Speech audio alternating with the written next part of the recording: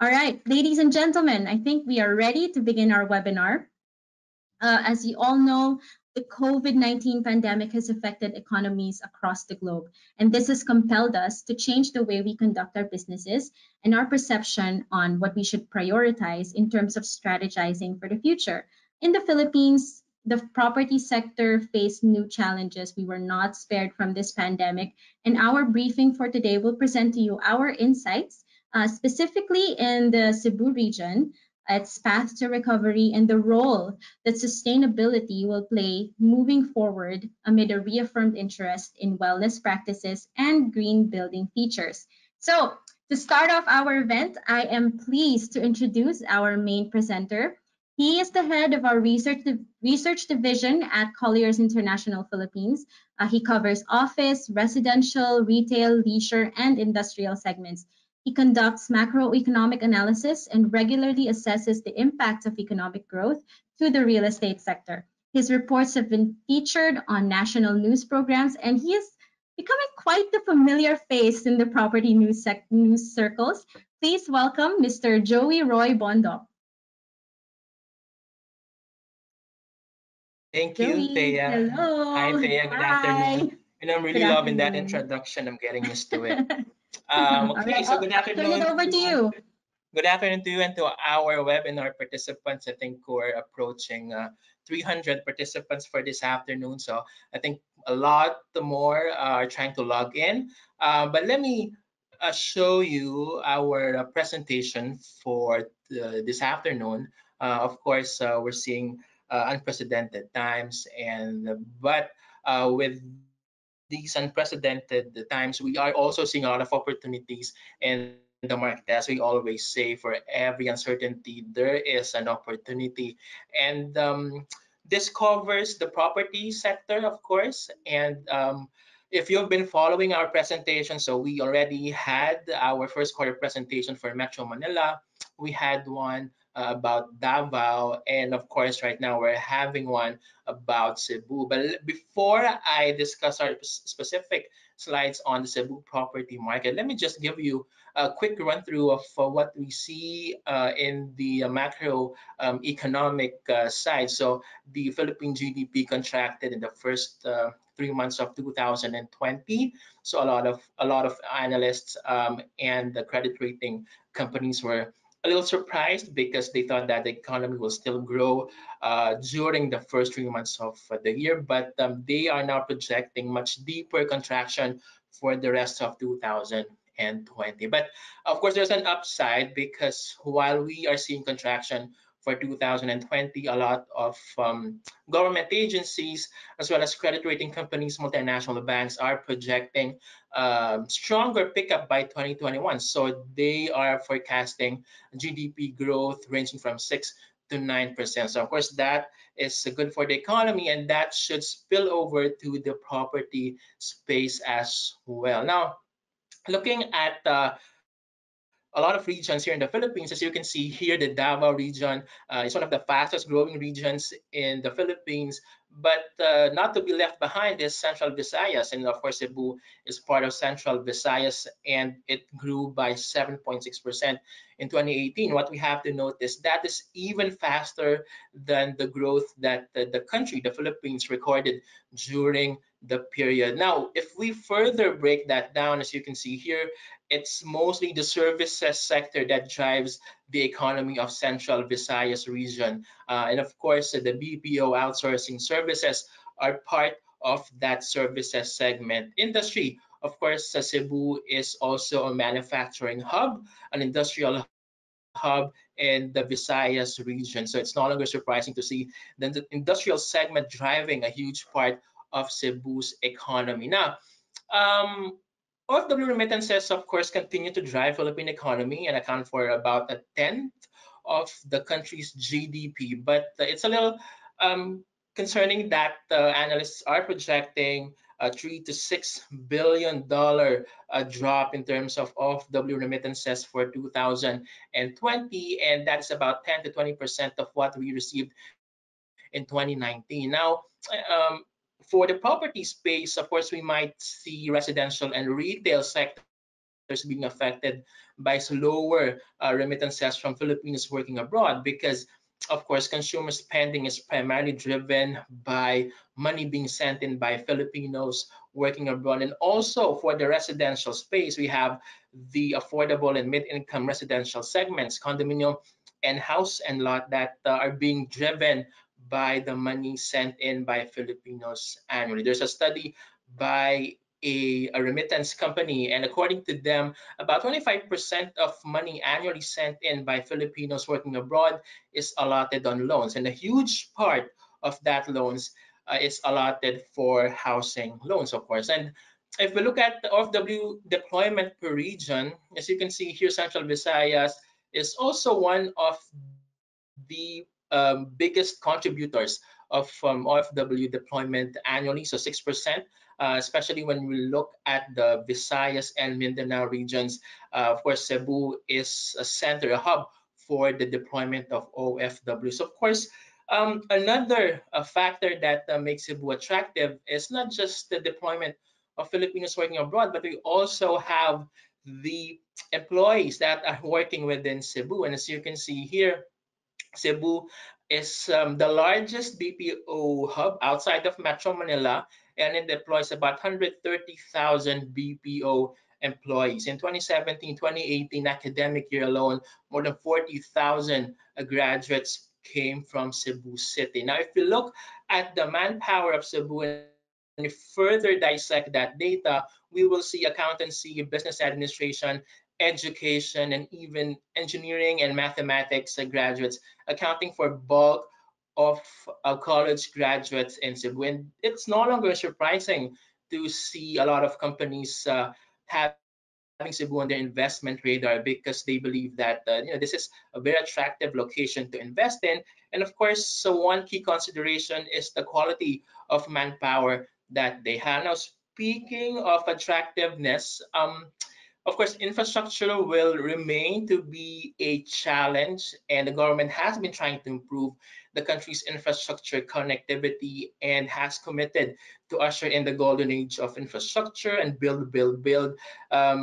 Previously, we spent less than 3% of our GDP on infrastructure, but the current administration has committed to prop up infrastructure spending and allocate about 5 to 6% of our annual GDP on infrastructure. Now, Cebu, of course, is a major beneficiary of the government's Build, Build, Build program. And if you look at the projects lined up by the government, we have a lot of monorail projects, bus rapid transits that have been lined up by the national with the support of the city government. And we believe that Cebu, being a major business hub outside of Metro Manila, will remain a major beneficiary of this golden age of infrastructure project of the current government. So there are interesting projects definitely that the government has lined up.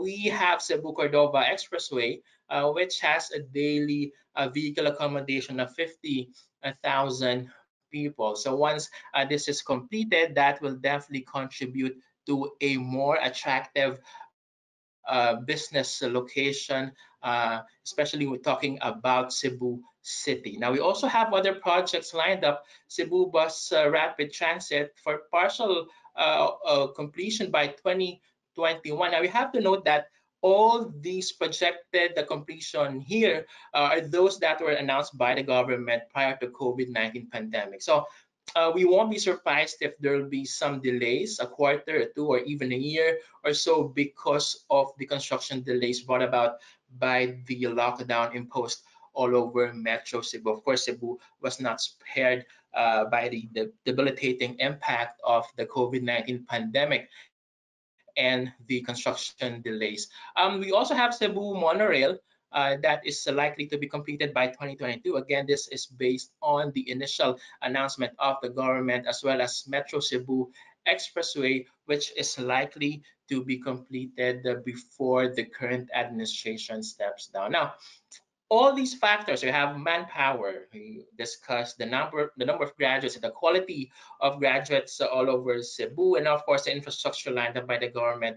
And these factors are contributing to Cebu being one of the major business destinations here in the Philippines. And of course, when you talk about Cebu, it remains as a major BPO hub, an office destination. So a lot of companies that were initially investing in Metro Manila have now expanded and have established footprint in Metro Cebu. However, we have to note that, of course, the COVID-19 pandemic has really affected not just the capital region, but even other urban areas outside of Metro Manila.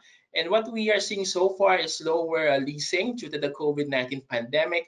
We have some clients that have held off expansion and are now taking a wait and see stance and are probably looking at 3, 6 to 9 months before finally taking up office space again or expanding. But based on our discussion with developers as well as some companies that are looking at the Cebu as one of their sites outside of Metro Manila, the BPOs, the outsourcing companies and traditional firms are likely to drive office leasing in Cebu, especially when we start seeing that recovery by 2021.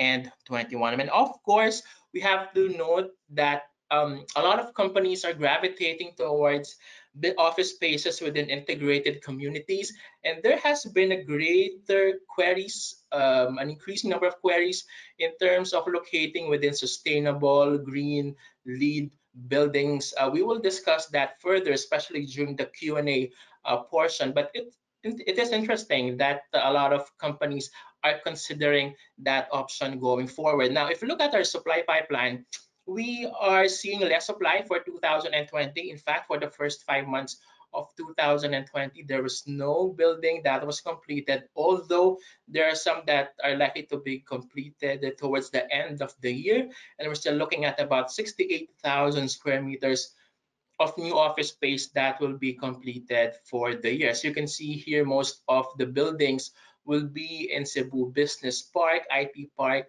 as well as their fringe areas. Now, this 68,000 square meters is 50% less compared to what we initially projected. And if you look at the buildings that will be completed, so as you can see here, Cebu Business Park, IT Park, of course, you have the likes of Grand Tower, Orion Corporate Center, Mabuhay Tower 2, Skyrise 3B, and Cebu Exchange Tower being among the buildings that are likely to be completed for 2020 to 2022. Now, if you look at our vacancy forecast for 2020, we're likely to see a 12% vacancy, and this is slightly higher than our initial estimate of, or our end 2019 vacancy of 11.6%. But what's notable here is that for the first 6 months of 2020, we were able to record a vacancy of 9.3%. This is lower than the 11.6%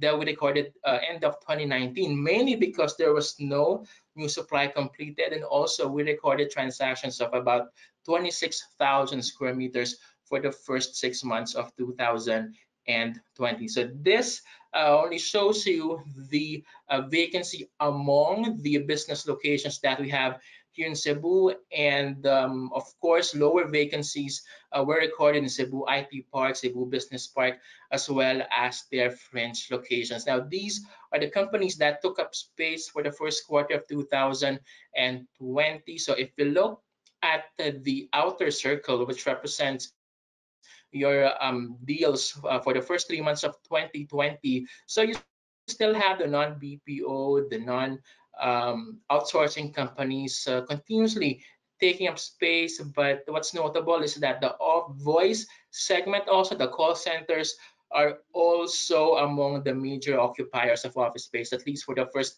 3 months of 2020. Now, this is, of course, a little different compared to what we see in Metro Manila, because in Metro Manila, the demand, the transactions that we've been recording is equally split between the three major segments. So you have gaming, the offshore gaming sector accounting for 32%, you have the traditional companies accounting for 31%, and the BPO, the outsourcing companies, covering 37%. It's notable also that the IBPAP, or the IT Business Process Association of the Philippines, has said that they were able to breach their initial forecast for 2019. And what's positive is that much of the increase in employment, 70% of the increase in employment in 2019, was attributed to new jobs created outside of Metro Manila, and Metro Cebu is one of those locations. As you can see here, these are just some of the locations that were able to capture the new jobs created by the outsourcing sector of the Philippines. And of course, one city that stands out here is Cebu. Now, there's a recent statement from the Department of Labor and Employment saying that even during the COVID-19 pandemic and lockdown, a lot of companies are still announcing expansion plans. And according to Dole, one of the cities locations that will be able to capture this new jobs created in the outsourcing sector is, of course, Cebu City. Now, in Metro Manila, we always say that during this lockdown, there has been an extensive queries in terms of alternative locations outside of the capital region. And we have been receiving queries for key locations outside of Metro Manila. And the Cebu is one of those locations that really stands out. Now, we're no longer surprised by this trend, because if you look at the latest survey released by Tolons, the top 100 outsourcing sites in the world, there are only 3 Philippine cities that are part of top 100. You have Metro Manila, Cebu, as well as Davao. And of course, one of the reasons why Cebu is getting this much attention is because of its attractiveness as a business location. And contributing to that attractiveness is the presence of PEZA space, because of course, if you're a BPO company, you have to be located in an eco zone, a PEZA proclaimed office or building, to be able to take advantage of the tax and non-tax incentives provided by the government. And the moratorium that was imposed in Metro Manila has really limited the amount of available PEZA office space in the capital region. If you look at Metro Manila, we only have about 340,000 square meters of leasable office space that is PEZA proclaimed. And that is not a lot, because on a normal Metro Manila office year, that 340,000 can easily be absorbed in a year or a year and a half. So there's really a greater need for the government to approve more PEZA space outside of Metro Manila. Of course, Cebu should be one of those cities, so as to ensure and entice more companies to locate outside of Metro Manila and expand their footprint outside of the capital region. Now, another factor contributing to this attractiveness is the presence of office buildings in townships. And as I mentioned, these are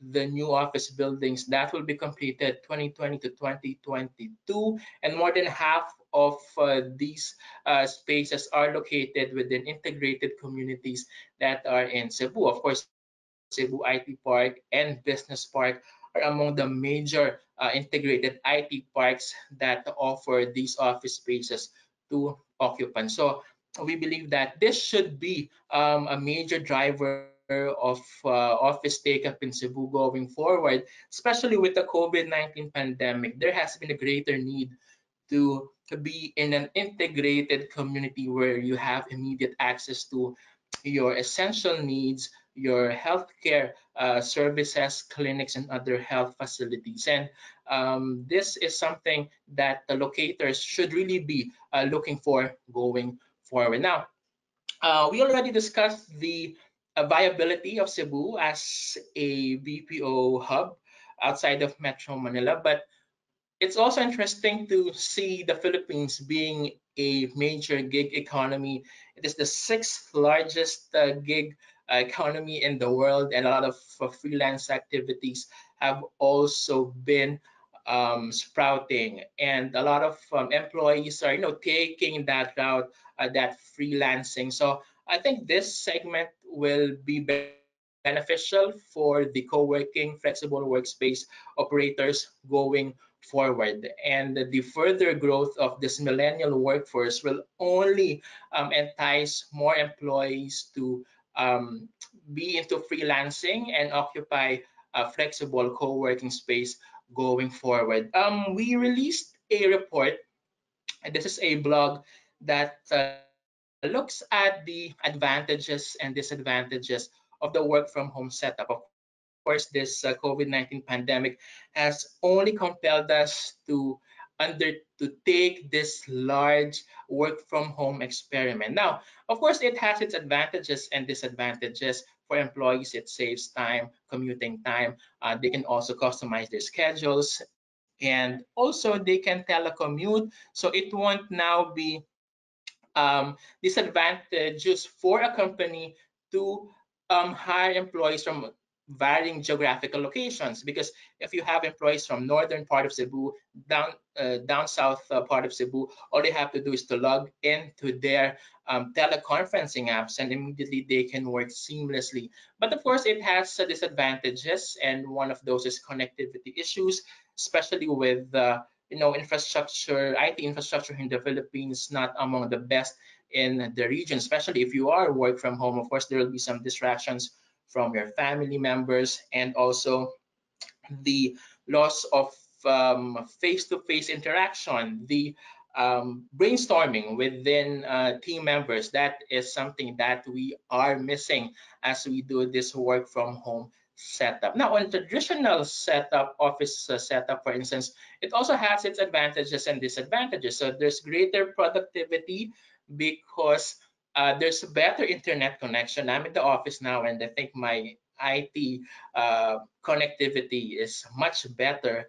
It's also easier to get in touch with your colleagues, speak with them, and trade some ideas, exchange ideas. So, those are just some of the advantages that we see in a traditional office setup. However, there are disadvantages, especially if your employees are working far from your office space. So there will be a greater time allocated for traffic, and also the higher fixed operation expenses such as rent, utilities, and maintenance. Now, I believe that, of course, there will be some um, different options for a lot of occupiers in Cebu, and I encourage you, to get in touch with our office leasing team to further discuss what best suits your requirements. But let me just show you this slide first. When we look at the different leasable office space in major business and cities across the Philippines, you have Metro Manila, Cebu, Clark, Iloilo, Davao, and Bacolod. Of course, Cebu, as I mentioned, is your second largest office hub in the Philippines. And outside of Metro Manila, it is in fact the biggest, and it accounts for the second or the largest BPO workforce outside of Metro Manila. As I mentioned, what will further drive that productivity, that the competitiveness of Cebu, is the presence of ample, adequate PEZA space. Now, just to summarize what I have presented for Cebu, of course, as I mentioned, the completion of office space will be down. So from about 120,000, we will only see close to 60,000 square meters of new office space for 2020. We are also seeing less deals in the market because of the COVID-19 pandemic and lockdown. But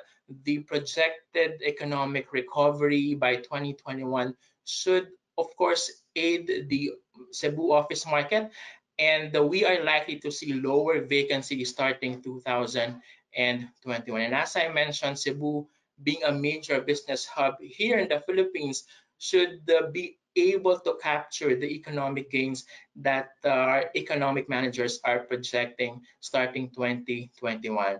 And Cebu office market has ample supply of PEZA, although it could be higher, of course, especially with new approvals from the government. But what also works for the office market in Cebu is that it has ample supply of office space within integrated communities, and also the upcoming green LEED certified buildings that will be very attractive among occupants companies that are very discerning with their office leasing requirements. So of course, we won't end the presentation on office market without our usual recommendations, data-supported recommendations for Cebu occupiers. And one of those is, to really highlight Cebu's advantage over other locations. For Cebu is a very attractive city, one of the most attractive cities in the Philippines, based on a survey by the Department of Trade and Industry. But for companies that are weighing their options, one of our recommendations is to adopt split operations. So 50% of your employees will probably work in a traditional office setup. 50% will be working from home. So those are the options that you should also consider. And tap the demand for ESL, English as a secondary language. Of course, Cebu is a very attractive location for this service. So companies should, of course, be able to look at the available office space, especially within Cebu IT and Business Park and their fringe location. So again, most of these companies will probably lock in space in IT and business parks and their fringe locations. So we're likely to see lower vacancy in these business districts for 2021, especially once that the demand starts to kick in again. Now, for landlords, I think one key feature that we have been seeing over the past few months is that there has been a greater demand for healthy office buildings. There's been a greater need to strengthen property management. And this is something that landlords should be able to maximize. If you're a well-certified, Verde certified, LEED certified building, you should be able to maximize those features. Especially, as I mentioned, there's a lot of discerning occupants in Cebu right now, and being a LEED well Verde certified building is one of their major considerations. And of course, you also have to provide greater office space. Some companies are looking at this already because of the social and physical distancing protocols that are likely to be implemented. Of course, another interesting property segment for Cebu is residential, and Cebu has most one of the most expensive condominium projects in the Philippines. If you look at the house and lot only projects, the upscale segment also has a substantial share in terms of take up and launches. But just to give you a few points of what we see in Cebu residential market, we're also seeing less completion for 2020 again because of the construction delays all over Metro Cebu. And there has also been increasing queries for condominium units and house and lot projects that are within integrated communities, because as I mentioned, the ease of access to essential items as well as health services is one of the major considerations of residential investors and end users in Cebu. Now, while we are likely to see a slower demand for 2020, we believe that there are economic indicators that will help us gauge the recovery of the Cebu residential market going forward. And among those are off-W remittances, which also partly drive the demand for house and lot and condominium units in Cebu, and also local employment. So let me just give you a quick review of what we see in the condominium market in Cebu. So we have 44,000 condominium units as of end of 2019. Of course, a bulk of those are in Cebu City, followed by Lapu-Lapu City, but we are likely to see 58,400 units by the end of 2022. And as you can see here, Cebu City, Mandaue, and Lapu-Lapu are among the major contributors to that increase in supply. Now, 2019 was a record year for Cebu condominium because, as you can see here, we saw record high supply and take up 9,000 condominium units taken up in 2019, with about 11,400 units that were launched. Now, if you look at the length of time that it will take for the Cebu market to be able to sell all the remaining unsold condominium units, it will take the market less than a year. So that's 0.8 year for these condominium units to be sold out. Now, if you compare that to Metro Manila, of course, Metro Manila is a much bigger market, but just to compare, it will take the Metro Manila condominium market 1.1 years to fully sell the remaining or unsold inventory. Now, we also further dissected that the remaining inventory, and we have about 7,300 unsold inventory in Cebu condominium market. Bulk of those are in the mid-income segment that fall within the 3.2 to 6 million peso range. Now, if we compare that to Metro Manila, of course, Metro Manila has a much bigger market. It has 47,000 unsold condominium units. Now, of course, it's no longer surprising to see bulk of those remaining inventory still within Cebu, because much of those launches are in Cebu City anyway. Now, if you look at launches and take up, again, bulk of those are covered by the mid-income and affordable segments. So about 48%, of course, are from the mid-income segment. Now, these are just a few interesting residential condominium projects that we have featured for this presentation. So you have this one by Benedict Ventures, total contract price 4.3 million pesos, price per square meter 154,000 and 40% sold since being launched October of 2019. This one by Cebu Land Masters. So towers 1 to 3 are about 70 to 83% taken up, so that's pretty strong take up. This one, One Astra Place Tower 2, about 30% sold since being launched September 2019. Worldwide Central Properties, about 72% sold since being launched in November 2019. So again, that's a very encouraging rate of take up. Average price per unit, that's 4.9 million pesos, and price per square less than 140,000 pesos. Now, in Metro Manila, the developers have, of course, been aggressive in terms of offering very attractive packages to entice more buyers. And we're also seeing that in Cebu. And the discount on pre-selling range from 7% and below. In Metro Manila, the developers are even more aggressive, 15 to 20%. The down payment is about 20%, about the same rate compared to the down payment that is being imposed by Metro Manila developers. An interesting offer also by developers with projects in Cebu is the no down payment scheme, no spot down payment, as well as the offering of some appliances whenever buyers buy a condominium unit. Now, if we look at other markets in terms of the most expensive condominium units or projects across the Philippines, of course, Manila, we still have the most expensive at close to $10,000 per square meter. Of course, that is followed by Cebu with Aruga by Rockwell, almost 4,900 pesos per square meter. Now, as I mentioned, Metro Manila is still your largest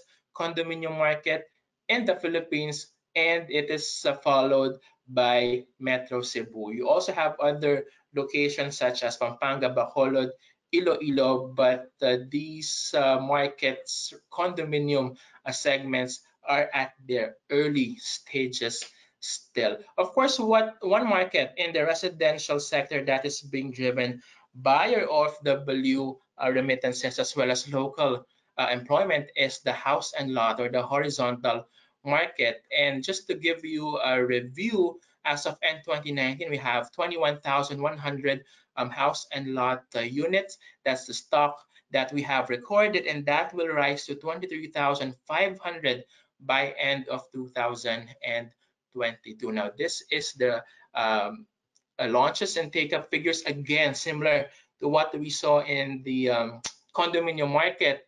It is a record high supply and take-up for the Cebu horizontal market in 2019. 4,700 units were launched at the time, and we recorded a 5.5 thousand unit take-up. Again, that's a record high for the Cebu house and lot market, and that is pretty encouraging. Now, the length of time required for the remaining unsold house and lot units to be taken up is 0.7 years. And again, we further dissected the number of remaining unsold house and lot units, and bulk of those are in the economic as well as the upscale projects. So we have two extreme segments here that are comprising bulk of our remaining inventory of house and lot units in Metro Cebu. So these are just the locations where those remaining unsold house and lot units are concentrated. So Cebu City, Talisay, Balamban, Karkar, Naga City, Liloan, Lapu-Lapu, and Consolacion. Now, if we also look at the breakdown of launches and take-up, so again, as you can see here, bulk of those are in the affordable segment, followed by your upscale market. Now, lot-only projects, this is interesting because as of the end of 2019, we have 8,500 lot-only projects in Metro Cebu, and that will rise to about 8,800 by the end of 2022. Again, 2/3 of those will be in Cebu City. Again, we recorded record high take-up and launches for the lot-only market in Cebu in 2019. So as you can see, 2019 was really a very good year for the Cebu residential market. A lot of record highs in terms of a take-up and launches for condominium, house and lot, and the lot-only projects. And it will take the market only a year to fully absorb or take up the unsold lot-only projects in the market. So an interesting part of the lot-only segment is that there's a huge portion of the luxury and upscale segment that have really been driving the lot-only demand and launches in Metro Cebu. So perhaps a key takeaway here is that this strong take-up from the luxury and upscale segments only show you the purchasing capacity of Cebuano investors and end users. So that is interesting. And I think another interesting point is how will this demand be affected by the COVID-19 pandemic, by the overall slowdown that we're seeing right now in the Cebu market. So if you're curious as to the concentration of these unsold lot-only projects, so you have Cebu, Consolacion, and Karkar City as your top 3 locations for unsold lot-only projects. And as I mentioned, you also have here your upscale as well as your economic segments that are driving the launches and take-up. But the upscale market accounting for about 40% of take-up, that is pretty interesting and really indicates the purchasing power of Cebuano investors and end users. Now, let me just give you a quick summary of what I have presented. So there will be some delays in terms of completion for condominium projects in Metro Cebu in 2020 because of the construction delays that we saw. But if you look at the pre-selling market, a lot of developers have been starting to offer discounts, flexible lease terms, so as to entice more buyers. And we're likely to see about 7–10% discount. But similar to what we see in Metro Manila, we still see an economic recovery by 2021, and another headwind for the property market is the fact that you still have low interest rate, and that should also help the Cebu residential market to recover beyond 2021. And while we saw record high take-up and launches for the residential market in Metro Cebu in 2020, we're likely to see some slowdown over the next 12 months. But that economic recovery projected by economic managers should help help lift the market starting first quarter in 2021. And another big part of that demand for both condominiums, lot-only projects, and house and lot is this demand coming from OFWs. And we project this to grow at sustained levels starting 2021. So that should again drive and propel the residential market in Metro Cebu. Of course, again, we also have a few recommendations for residential developers. So look at the risk profile of buyers. Are you targeting OFWs, local buyers, or foreign investors? So look at their appetite for risks. For instance, they should also offer flexible lease terms so as to attract more buyers, especially those that are still awash with cash, and highlight sanitation and property management. Again, this applies to all cities and to all property segments, office, retail, and the residential. We believe that there's still a strong demand for residential units, house and lot, or condominium units for that are within integrated communities, especially with the social distancing protocols and all these COVID-19 pandemic. There will be a need to immediately have access to essential items, essential goods, and health services. And for some developers that are thinking of holding off expansion or launching new ones this year, perhaps what they can do is to start lining up marketing efforts, maximize social media, so that they will be able to recapture that demand in 2021. Also, they have to be more proactive in terms of touching base with potential clients, because again, we believe that the developers that will be able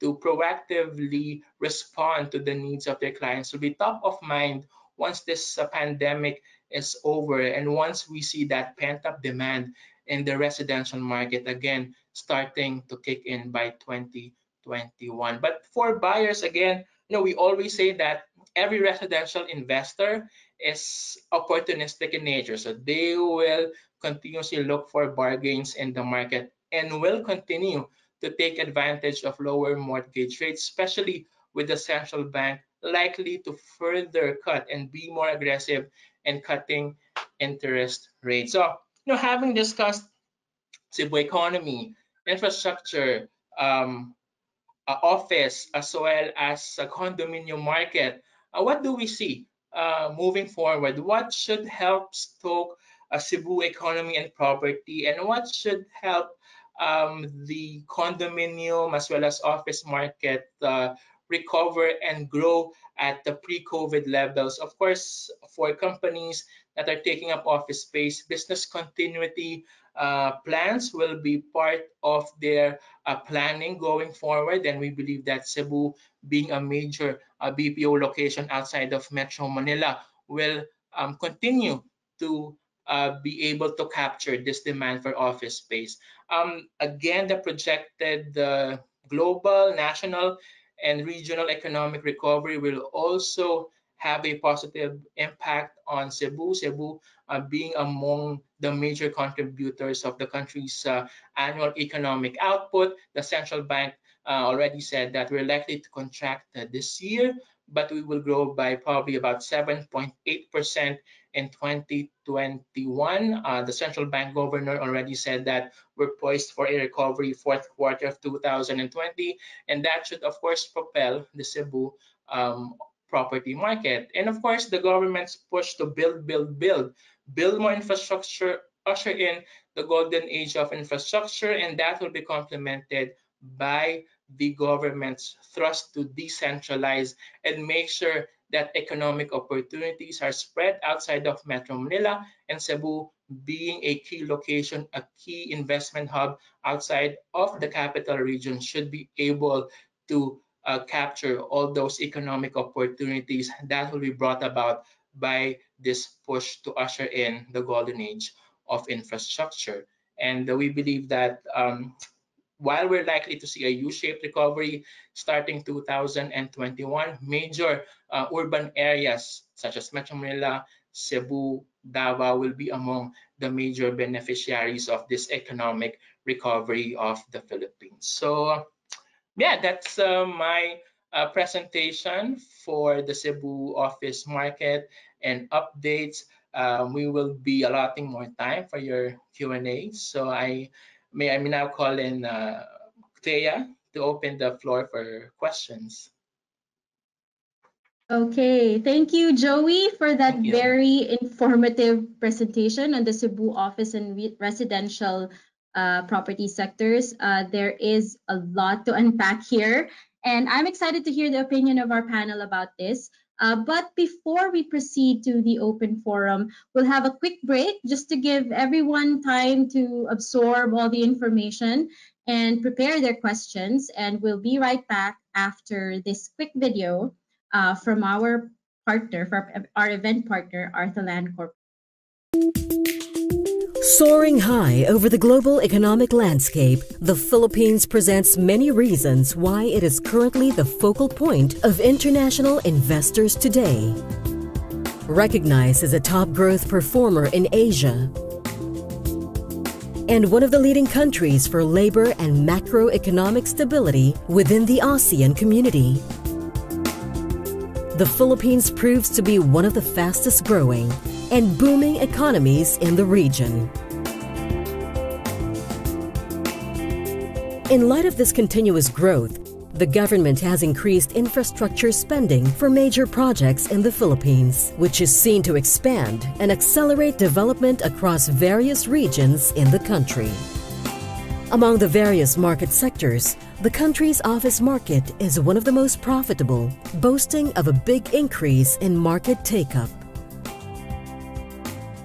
Today, the Philippines is proud to be among the most prominent IT BPM destinations in the world. And in the coming years, the BPO industry is foreseen to be the economy's top contributor, resulting in a large increase in employment and revenue. Playing a significant role in the country's economic growth is Cebu City, the gateway to the Visayas region and the second largest metropolis after Metro Manila. As a world-class tourist destination, Cebu is an urban landscape just minutes away from pristine beaches, making it the ideal place for businesses and individuals to achieve work-life harmony. Home to several global in-house companies, Cebu's economy is propelled by the escalating growth of multinational industries that are fueling demand for office stock. With its influx of investments, the city boasts of its Mactan Cebu International Airport, a high-capacity air terminal that can accommodate the arrival of more businesses and office developments in the area. And at present, Cebu is gearing for growth with highly efficient infrastructure and transport systems such as the CEBU-CORDOVA Bridge and several more lined up. In light of this rapid expansion, the anticipated growth rate in this region would ultimately be higher than that of the national GDP. Indeed, Cebu City lays the groundwork for a profitable investment opportunity. At the gateway of major growth center Cebu IT Park is the Cebu Exchange, the biggest single-tower business ecosystem in southern Philippines, and the largest green office tower in the country, with dual green building certifications on the way. This highly commended office development has won multiple awards, guaranteeing only the best for its occupants. Driven by comfort and functionality, the beauty of the Cebu Exchange lies in its complete business ecosystem, mindfully designed to improve work-life balance by having everyday needs just a few floors away. And part of the service that the Cebu Exchange offers is the Consolidated Leasing Solutions, a simple and hassle-free investment service so you can invest in smaller, more cost-effective cut-up units leased out as a single, larger office space. An office development where business is in harmony. The Cebu Exchange has all the qualities of a promising investment, bringing the most profitable returns and the most effective work experience.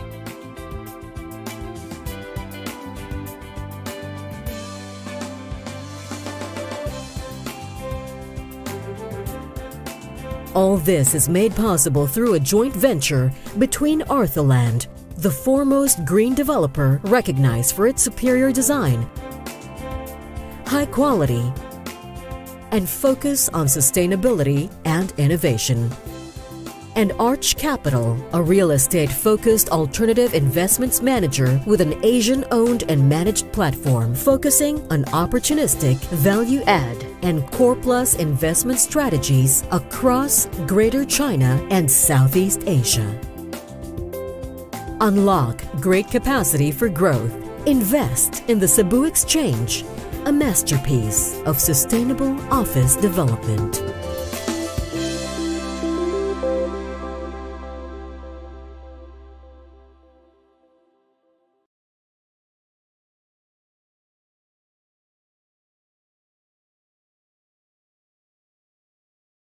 Okay, and we're back. Welcome back to our webinar, Building a Sustainable Future for Cebu of Property Market, presented by Colliers International Philippines in partnership with Arthaland Corporation. We will now begin our open forum. So can I just call Joey back as part of our panel? Joey, are you here? Yes, I'm back. Hi, Joey. So we'll just introduce our other panelists, okay? Our first panelist is a civil engineering graduate from the Mapua Institute of Technology with over 30 years of experience in various high-profile local and international projects in both the Middle East and the Caribbean. After joining Arthaland Corporation, his interest shifted to not just high-rise buildings, but also green and sustainable developments. This new passion led him to become the Vice President of Technical Services and Chief Sustainability Officer of Arthaland Corporation. He is also the current Chairman of the Philippine Green Building Council. Please welcome Engineer Edgar Sabidong.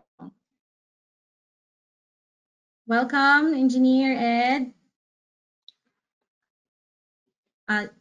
Sir, I think your mic is on mute.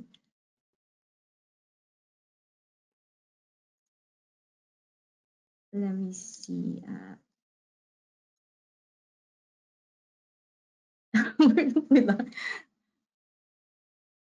Okay, I think Engineer Ed will just join in when he finishes some of his technical difficulties. But let me introduce our last panelist. He is Arthaland's Senior Vice President handling sales and leasing operations. Concurrently, he is the President and General Manager of Emera Property Management, the property management arm of Arthaland, and he has 17 years of experience working in real estate. Please welcome Mr. Oliver Chan. Hi, Oliver. Yeah. Hi. Hi. Thank you for There you having go. me. Of course. Thank you for partnering with us on this. We'll just wait for Sir Ed, but let me introduce now the moderator for this session.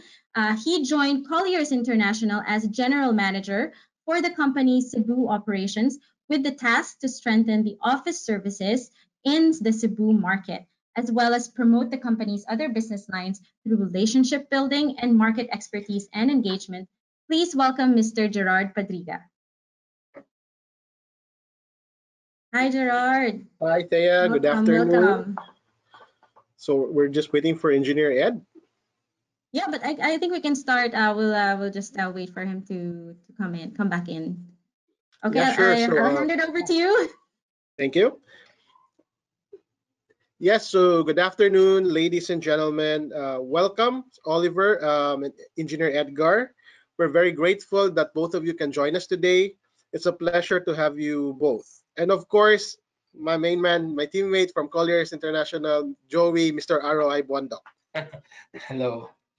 Oh, yeah, so Sir Ed's already there. So good afternoon, everyone. So as you all know by now, it was announced a few days ago that Cebu has been placed under lockdown. With stringent implementation of protocols, movement of people has been restricted. Thankfully, the BPO industry is considered essential and is exempted from that restriction. Now, let's start our conversation with this question, and I'd like to address this to Engineer Edgar. So, sir, with Arthaland's entry on the office market space in Cebu, what strategies are in place to make sure that the construction of your building will continue despite the current situation? Yes, can you hear me? Yes. Very good. Yeah, indeed, we're in a very challenging times now. We recognize that because of the lockdowns, we'll have challenges in terms of how we will be able to complete and or be able to hand over. But what we've done there as part of the strategy was really to work closely with the contractors, with our suppliers, way ahead before even the lockdown. We're able to put in all of the required equipment that will be needed to operate the building. And during the lockdown, we were able to successfully house in about 400 men on site, which will guarantee for us continuous work and activities inside of the job site, which is what we're doing currently. You know, we're fortunate that we have the people inside that are able to still do work while we're keeping the protocols that are required by the implementing agencies. So that's what we're doing right now to ensure that whatever that we have committed will be able to turn over. We do recognize it's tough, but you know what? We're doing an extraordinarily big building that I keep saying we need also to do extraordinary effort that we put in Cebu Exchange. Yes, would you like to add to that, Sir Oliver? Yeah, I think, well, in terms of extraordinary precautions that we have added to make sure that the construction is ongoing, one is we provided, together with the contractor, provided rapid tests for all of the construction workers. And also, of course, we follow the general quarantine measures to ensure that every worker within the construction site is safe and healthy. So we also, together with the general contractor, provided the food and shelter for all of them to make sure that they are ready to work anytime they are needed. So basically, these are additional, I would say, precautions and measures that the company and the contractor was able to do to ensure that the turnover of the spaces or of the building eventually will be on time and on track. We're doing a lot also of coordination with our Cebu staff, even if we're in Manila. So I think the constant communication, you know, the news are coming like on a daily basis. So we really need to be updated so we can adapt very quickly. And strategies are not cast in stone. You know, we need to be flexible. We need to understand how we can be able to adapt to the change. For example, GCQ to ECQ again. So this entails changes that sometimes surprises us as well. So we should be able to have that flexibility within. And I guess that's also the advantage of having the people inside. We are saying we house them, we feed them, but at the same time, it accords us opportunity to also have them work longer hours to compensate for the delays because they're already inside. So they don't have to commute to go back to their homes. So instead of being bored, not doing anything, they can continue working and then be able to accomplish more in terms of productivity. Great, that's correct. So as we all know, Arthaland is synonymous already to sustainability. Now, in terms of sustainability, sir, can you share with us how it is being applied to construction? Yes, thank you for that question because we started CEBEX in the Cebu market, of course, as a startup, and people may not be very aware of what green and sustainable is really about. So the usual thing that we do there is to spread a lot of awareness, education. We bring a team to help the whole team first to understand and appreciate what we will be doing so that they have a buy-in of the basic idea of what sustainability is about and what it can do to Cebu and of course to the country as well. So part of that is really putting up a lot of programs to be able not only to secure the certification of either LEED or Verde, but also because we wanted people to have like a model of how it should be done in a construction in the most sustainable way. We monitor our waste, you know, we ensure that we record them. It's a struggle to put them all up, all construction debris, to sort them, how, which one and what percentage should be recycled, reduced, how we minimize, and of course, the program on reduce, reuse, and recycling is not something that's we confined only within the project site, but we also bring it to the communities outside. No? So we invite people in the neighborhood, we bring their kids to get them to start learning and understanding how these little things and acts of sustainability can help them as they apply it in their daily lives. We have a vertical garden. I'll tell you, the delegates of the 17th Asia Pacific in the World Green Building Council were so amazed that in Cebu Exchange, a corner of a portion of the building can have a vertical garden out of the scrap PVC pipes, phenolic boards, and we're able to transform it into a vegetable garden as part of sustainability. So during the lockdown, the people that we housed there were able to have something to eat. Excess concrete are turned into paver blocks. Part of the building features later on, like rainwater, will be collected, to be able to use them for irrigation, and a lot of the other things on energy savings and water savings as well. These are part of the sustainability features of the building. I think just to add a little on that is, apart from the education that Engineer Edgar mentioned, we also partnered with the local government. So we actually had one session already with the local government wherein we briefed them and gave them a seminar about what true sustainable buildings are, how to go about construction in terms of sustainability. And I believe there's going to be a second session after that, together with the engineers and the admin staff of the local government as well, wherein it's going to be a more focused workshop and them to be able to learn more about sustainability. So it's about us having that responsibility of not only building our own projects that are sustainable, but also educating people and the local government about what sustainability really is. That's really part of our trust when we established the company, to put sustainability at the very core of our existence, and also to lead the market into hopefully following up, doing what we're doing as well, because this is not just for Arthaland, but this is for the country. Whatever it is that we do really affects the future, and all the efforts on greening the buildings also contribute to mitigation of climate change and global warming. You'd like to add anything to that, Joey? No, I think the two gentlemen here already, comprehensively covered the question. So, Definitely, but I'm waiting to definitely. other questions. Yeah. Yes. So with that being said, gentlemen, so do you think, how significant will sustainable buildings be after this pandemic?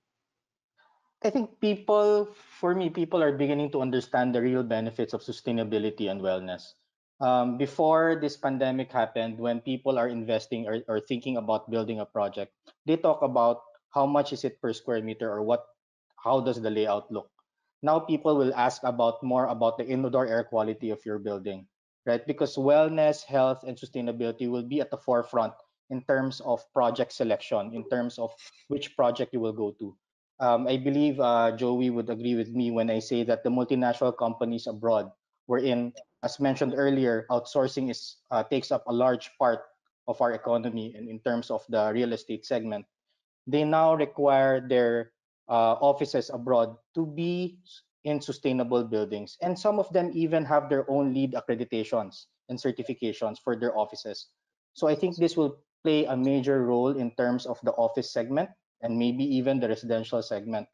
And I think from our projects being 100% sustainable, with all projects with a minimum of LEED Gold certification, this actually assures our buyers that we are providing a more sustainable building. And when I talk about sustainable, it's not just the green features, but it's also the sustainability of the building in terms of its value appreciation moving forward 5 to 10 years from now. So we are not talking about the value of the property when they buy it up to the third year or up to the fifth year.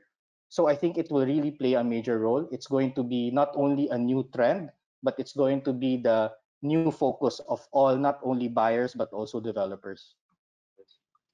This is nothing can beat the time that people now are more into the understanding of how a green building can truly help not just the environment, but also the way of life, especially that everybody's now talking about the new norm. My own personal experience is because of the lockdown, we were all inside the houses for like 2 months. we tend to stay longer. Air conditioning are on longer than the usual. Water, because we frequently wash our hands while singing Happy Birthday twice. So what does that mean? You know, there's a lot of waste in water, but because a green building supports water efficiency, energy efficiency, power efficiency, it becomes the least of our concern that we'll have higher bills only because of the, I call it the heightened sense of hygiene from the Filipinos now because of the pandemic. And this is truly a comfort that a green building provides us because not only are we going to be healthy and safe, but also because we will likewise be able to accord Mother Earth the opportunity to breathe and to be whole once again. You know, just imagine if we make all our buildings green. So it is healthy, it is sustainable, it is energy, it is water, and it is resource efficient. So that's exactly what we want our buildings to be. And hopefully the others also will follow. The appreciation of the value of greener developments cannot find any better time than this pandemic time and post-pandemic new norm. Hopefully, people will wake up to appreciate that, oh, after all, Arthaland is really correct in trying to be consistent to do all of its development green and sustainable. Anything you'd like to add more, sorry, Oliver? Yeah, well, I guess if you can see now in social media, people are complaining about their Meralco bills, right? How the past 2 months have increased by 2 times or 3 times. And we all know there's an ongoing crisis in terms of water supply in the country.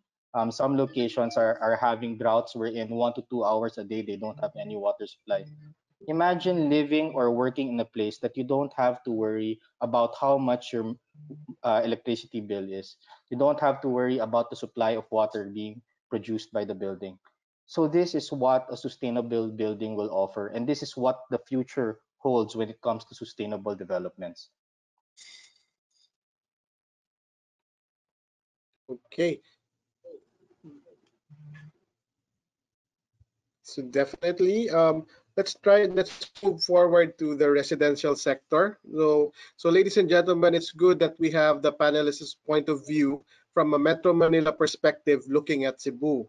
Now, gentlemen, how do you see the residential market in Cebu post COVID lockdown and pandemic? Well, I think it will still be healthy and strong. I mean, in terms of the recovery, which Joey mentioned earlier, which will be early 2021, and especially with more multinational companies transferring to Cebu.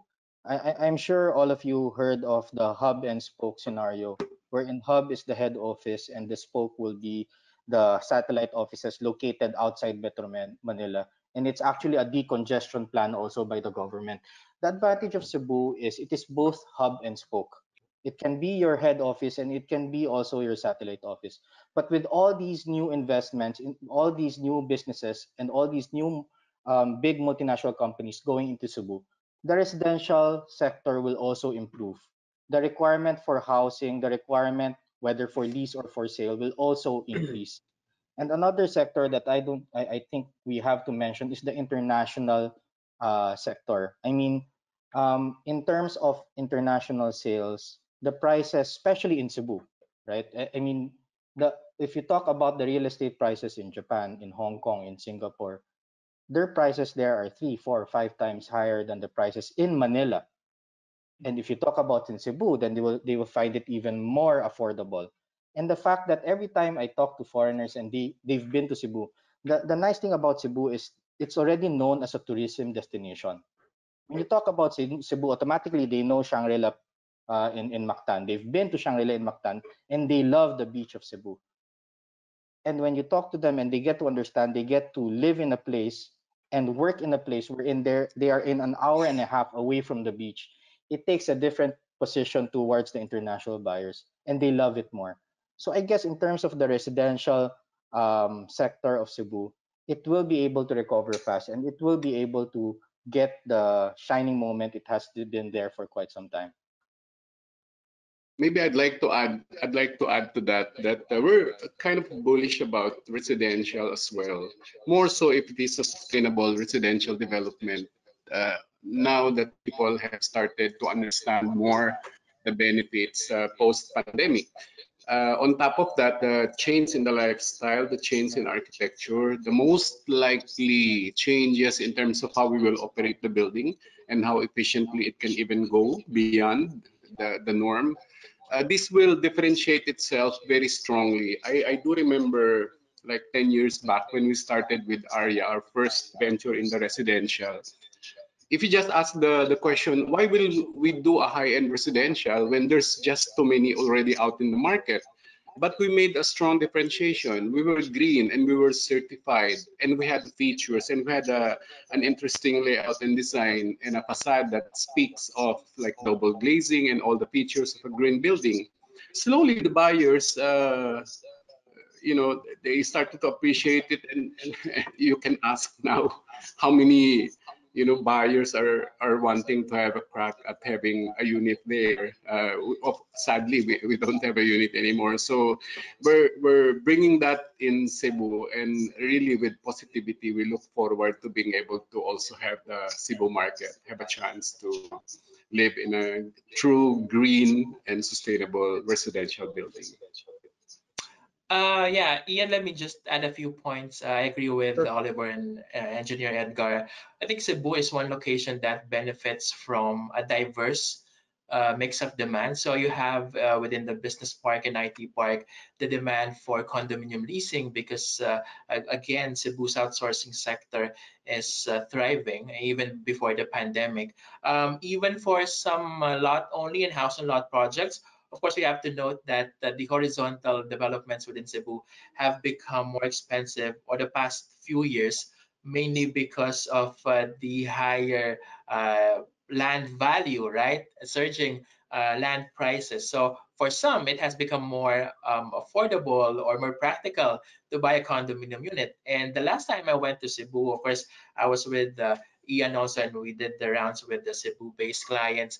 Some of them tell us that there really is a sustained demand for a condominium investment from BPO employees. So that is real end user demand. Now, if you go outside of Cebu City, what's notable also is that there's a demand for house and lot projects, horizontal, and as I mentioned, lot only projects where you have prices at about 6 million pesos per lot per unit. So that is really something that I think amazes me because it's really one of the more expensive in the country, and it just shows you that there is real authentic end user demand, not just coming from foreign investors or foreign or leisure travelers as Oliver mentioned, but you also have a good demand coming from your local investors, from foreign businessmen, as well as OFWs, of course, which, as I mentioned, anecdotally drive the demand for lot only and house and lot projects in Metro Cebu.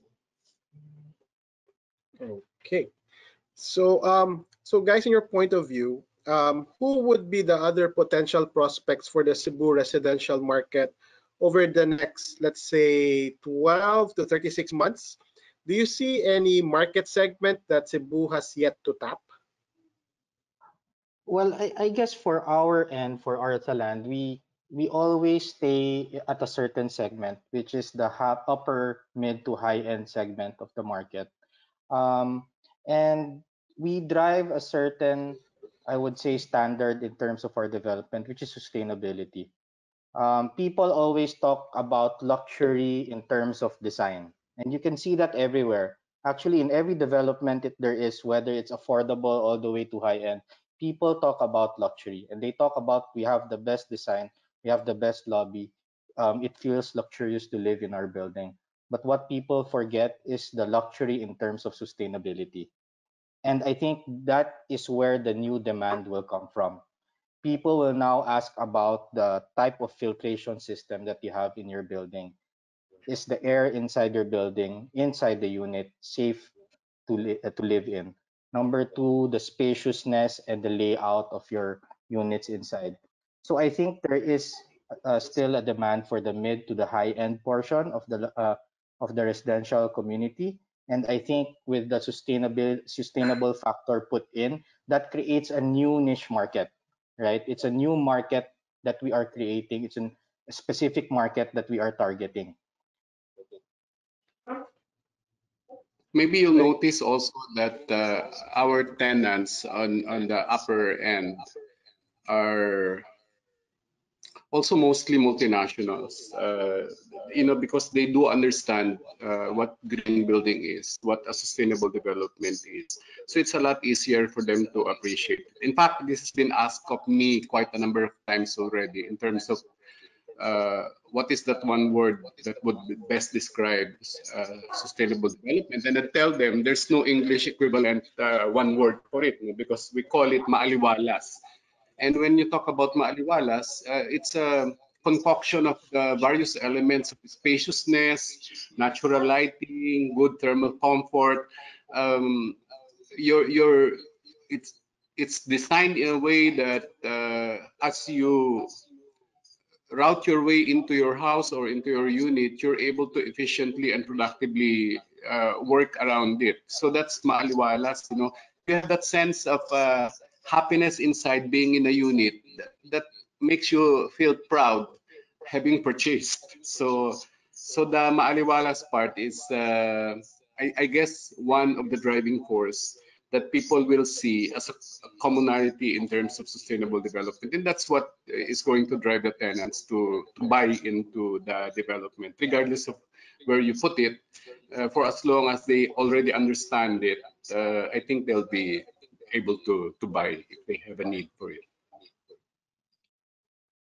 Okay. Joey, would you like to add anything? Well, perhaps, just going forward, I think the trend of clients, occupiers becoming more discerning and looking for, say, a greater density, allocating greater space for every employee, as well as providing better sunlight, air conditioning will just be one of the key trends going forward, not just in Metro Manila, but especially in Cebu. So I think that should really support the demand over the next 2 to 3 years, for instance. All right. Now we'll go to questions. We'll be entertaining questions from the participants. So there's one from Mr. Kenneth King. So how is locator confidence in Cebu given the current rise in COVID positive cases and the military style ECQ implementation? I think Ian can answer. Ian? So I'll be the one to answer this. Well, for locator confidence is still high here in Cebu, despite what was said in the question, because even if with the strict implementation of the protocols, as I said earlier, it is always the BPO industry is exempted. So, and in fact, we've been talking to some companies here in Cebu that actually have expansion plans, that actually have expansion requirements. Though some are in a wait and see mode, but most of them are really just waiting for the right opportunity to expand, to bounce back. Ian, during my presentation, I mentioned ESL, English as Secondary Language companies, being among the major demand drivers. How has their demand been when this lockdown was imposed and when we saw this COVID-19 pandemic becoming not just a global story, but even a Philippine story? So I'm part of the panelists now. Just kidding. Yeah. You know what happened. So for ESLs here in Cebu, the pandemic has really hit those operations that are doing offline. So meaning these are your schools that have that bring in students abroad and house them in to have extensive English language proficiency for 3 to 6 months. With the industry being affected, no flights coming in and out, a lot of schools temporarily close offline, those that are doing offline.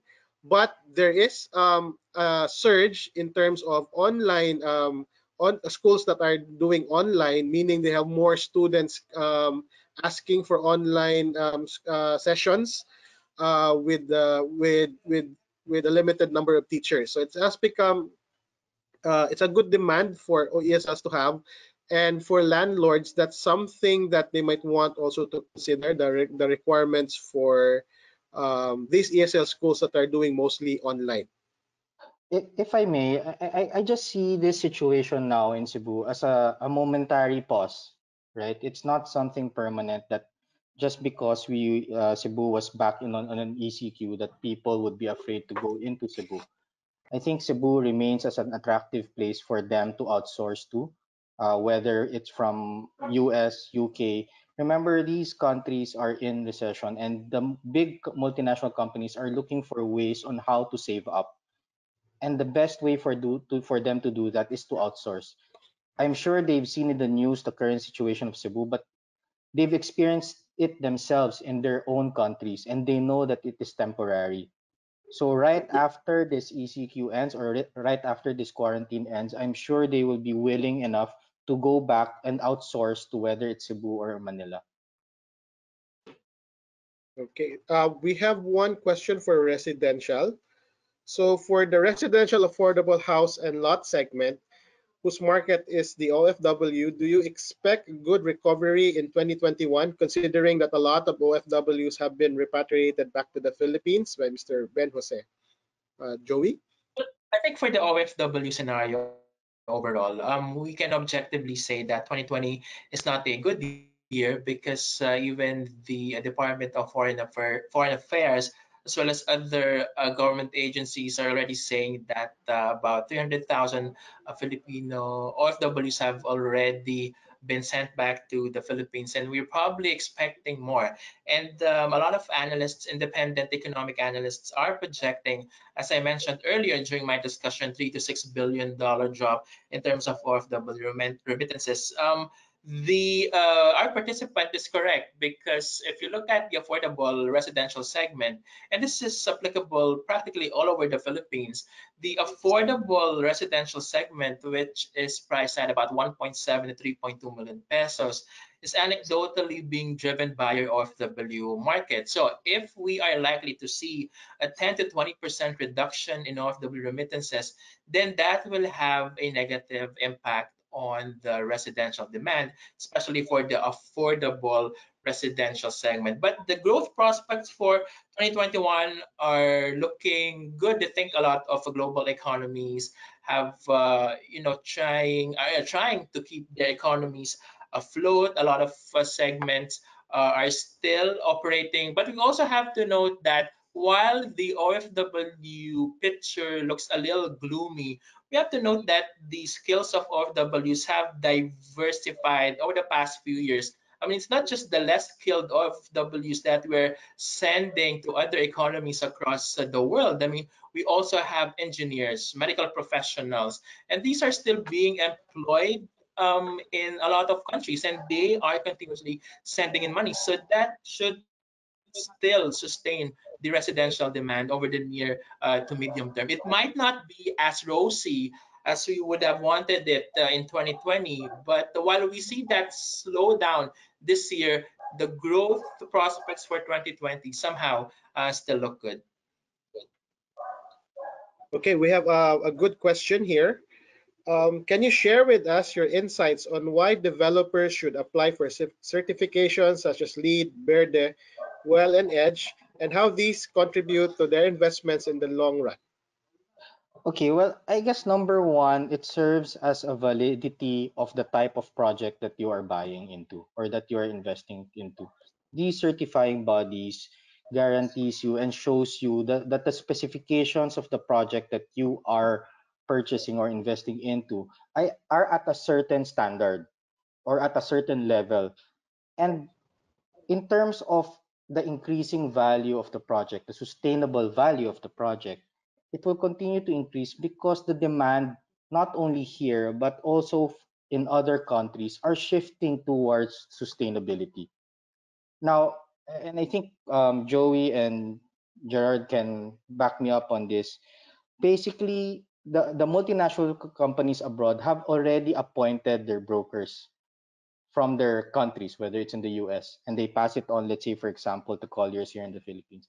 And it's already a mandate from them to look for sustainable buildings. And this is becoming more and more, I would say, as a requirement by the multinational companies. So if you invest in a sustainable building, the more chances you have in terms of being able to land a big name or a good tenant that would last you or give you a lease contract for, let's say, 3 to 5 to 10 years, wherein you don't have to worry about how to collect and if this company will be able to pay you rent, right? So it creates more than just the sustainable value in terms of the environment benefits and health and wellness, but it also provides you an economic benefit in terms of savings and also in terms of being able to get better returns. I'd like to add that what's also relevant here is developers should ensure that their projects, for example, underwent a certain stringent level of certification by a third party and not just a self-declaration on their own, that just because, with all due respect, they have a mall, it's painted green, they have lush landscaping, or they call their development the green residences, then automatically it becomes green.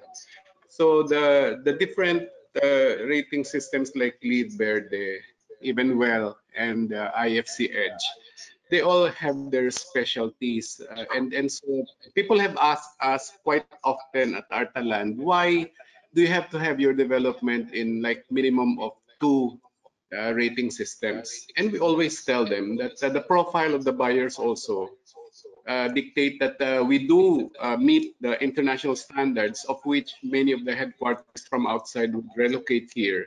They already are aware of the stringent requirements of LEED, and therefore, when they find that the building has been registered, they know that we will be able to satisfy the specifications and standards of that international rating system. Likewise, that we also do submit our developments to Verde, which is the local rating system, because we also support what we have, and at the same time, it is more adaptive, I'd say, to our local standard, our local climate, our local priorities. So Verde focuses on issues on emission, waste segregation, transportation, even culture and heritage preservation. These are not on the LEED rating system, because this is more of uh, Filipino priority problems. And therefore, our building at the same time is able to address, these priorities. In fact, during the pandemic, that is the one thing that our building was able to immediately respond to, because we have the facilities to be able to assist and convert, for example, these features, green features of our buildings into something that would support any pandemic related requirements that are on the medical and on the health aspect of both the tenants and the office occupants. So that is the one thing that accords the tenants and residential dwellers opportunities to be able to immediately and safely be able to adapt to the pandemic period. Okay, there's this one interesting question. The government's Balik Provincia and countryside development will have a significant impact on the housing industry. So how will the real estate industry respond to this? By Mr. Andres Muego. Joey? I think the Balik Probinsya program is getting a lot of bad publicity, bad coverage lately, and in fact, it has been suspended, right? But if we look at it on a perhaps real estate standpoint, I think it is something that will benefit the property market in general. Because if you talk about Balik Probinsya, if you probably translated in English, I would say it's about decentralization, and that is a very good program, because it is a program that should not just be confined in terms of sending Metro Manila workers back to their home provinces. I think when we talk about Balik Probinsya, we also need to talk about infrastructure, the projects that will be built and will extend to other areas outside of Metro Manila. I mean, you have the MRT-7 all the way to Bulacan, LRT-1 extension all the way down Cavite, and some cargo and train lines north of Metro Manila, covering Pampanga and Tarlac. And that should be the mindset that we should all have. provincial decentralization. And we hope that once these infrastructure projects are completed, they'll play an important role, a vital role in terms of dictating the strategies of developers going forward, and should contribute, chip into higher land and property values going forward. Yeah, and also to add to what Joey mentioned, so it was also highlighted in his presentation the different Cebu infrastructures that are actually being implemented now. Now, one thing that we see, developers can actually they actually can build around it. So meaning one example there would be your Cebu Highway, which is very conducive. It cuts down your travel time from an hour and 30 minutes to about 30 minutes. So probably decentralization, developers can also make projects around these areas, because these projects already unlock land values there, and then it's a good project to have as well. And Yeah, then, yeah, go ahead, well, Joey. yeah. It's good that you mentioned those, Iyad, because personally, I really like the concept of monorail and bus rapid transit. I think those two projects will really help decongest the busy business parks and IT parks of Cebu right now. So they should, really play an important role in terms of decongesting those preferred business locations, and should further entice more locators to look for office space and residential units within the business and IT park. Mhm. Yeah, so we still have a lot of questions here, but we are running out of time. For our final question, we would like to ask the panelists, no copying of answers, as mentioned. So what makes Cebu a preferred destination after this pandemic? No, One example. no, I'll go first before both of them get my answer. Go ahead, Oliver. No, I guess Cebu has a certain charm wherein people who go to Cebu really loves to stay in Cebu. And with that charm goes into the talent, the infrastructure that Cebu already has. It's prime for development and it's prime for investments to come in. And together with the sustainability aspect, I think Cebu can go further and go beyond the expectations of everyone in terms of real estate development. It can go to another level, especially with the local government who is quite open to the sustainability standards that we are going through. I've never seen, never worked with a local government wherein they were the ones who approach us and talk to us. Can you teach us more about sustainability? You cannot not find a local government who would actually be into sustainability and actually looking forward to do a change in terms of the city itself. So I think that is the big advantage of Cebu, especially Cebu City. And I think it will go further and it will go higher than any other city you can find. I'd like to say charm, but Oliver already mentioned it. Why charm? Because initially I didn't want to go to Cebu when Cebu Exchange was a project. But as soon as I'm there, I started to really like it. In fact, I keep coming like every 2 weeks, to monitor the project. But not charm. I'd say it's more of Cebu is resilient. Geographically, of course, we know that it has always been battered by all of Mother Nature, the storms, and what have you. But then it's always able to bounce back. So the thing with the pandemic is that same thing that will happen because of Cebu's resilience.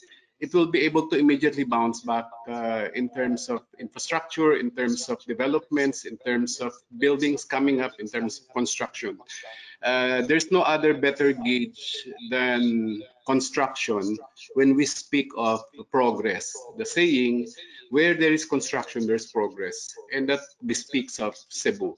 So I suppose that's the one word that strikes me in terms of what the ability of this city and province will be post-pandemic. It is resilient and therefore it will bounce back and very quickly. Okay, Joey. Yeah, well, aside from lechon, I think, of course, Cebu is very competitive because it has the right manpower, skilled manpower that really helps propel a lot of businesses and attract more businesses into the area. So I think in terms of office, what really makes Cebu very attractive is, aside from its skilled manpower, is that it has a lot of quality buildings, quality office spaces.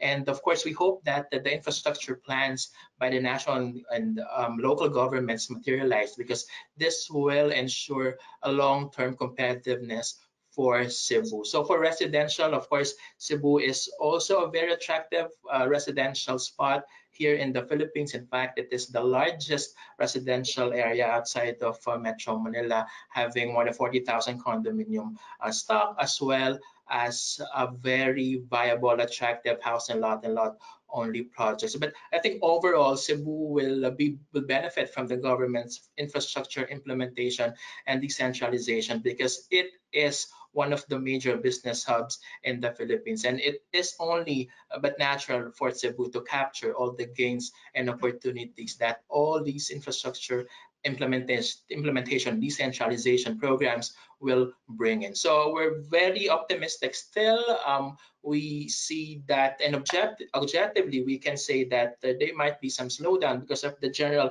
economic slump, but again, once the economy kicks in, Cebu will definitely be among the major locations, first areas to benefit and recover and benefit from this economic rebound that we will likely to see starting 2021. Okay, thank you very much. So before I call in back Thea, for those questions that were not answered, please reach out to us. Let's have meaningful conversations. But definitely, we appreciate all of the questions that were given to us. So Thea, calling you back in. Okay. Thank you, guys. Thank you to our panel, Roi Bondoc and Gerard Padriga of Colliers International, and Oliver Chan and Engineer Edgar Sabidong of Arthaland Corporation. Thank you for gamely and expertly answering the questions from our audience and holding a great discussion about the Cebu property sector and the role of sustainability in real estate recovery. I think we can leave this webinar with a good understanding of what's driving the real estate market in Cebu right now, and hopefully it will help you, our audience, with your decision making in your respective businesses. But now we've come to the end of our webinar, and before we go, we'd like to thank again our event partner, Arthaland Corporation, for supporting our briefing and sharing their knowledge with us today.